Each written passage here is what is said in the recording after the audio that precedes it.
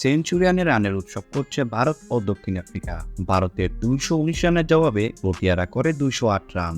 এমন উপভাগ্য টি-20 ম্যাচে বাগড়া দিয়েছিল একদল পিঁপড়ে। উড়ন্ত পিঁপড়ের তাণ্ডবে ম্যাচটি বন্ধ ছিল প্রায় 18 মিনিট। ভারতের ইনিংস শেষে দক্ষিণ আফ্রিকা ব্যাটিংয়ে নামার পর প্রথম ওভার শেষেই মাঠ ছেয়ে যায় হাজার হাজার উড়ন্ত পিঁপড়েতে। বাধ্য হয়েই খেলা বন্ধ করে দেন আম্পায়ার। পিঁপড়া দমনে প্রথমে ড্রোনের মাধ্যমে কীটনাশক ছড়ানো হয় মাঠ জুড়ে।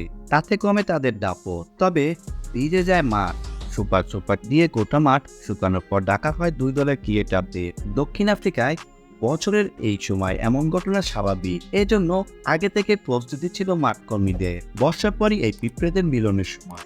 বৃষ্টি হওয়ার 3 থেকে 5 দিনের মধ্যেই মহিলা পিঁপড়া পুরুষ সঙ্গীদের খুঁজে উড়ে বেড়ায়। অনেক সময় নতুন এলাকাতেও পৌঁছে যায় তারা। সাধারণত বসন্তের সময় পিঁপড়েদের এমন আচরণ লক্ষ্য করা যায়। তবে পিঁপড়ের এক এক প্রজাতির মিলনের সময় এক এক রকম হয়ে থাকে। শেষ পর্যন্ত ম্যাচটি আর বন্ধ হয়নি। এটাই ছিল স্বস্তির খবর। ভিডিওটি দেখার জন্য অসংখ্য ধন্যবাদ।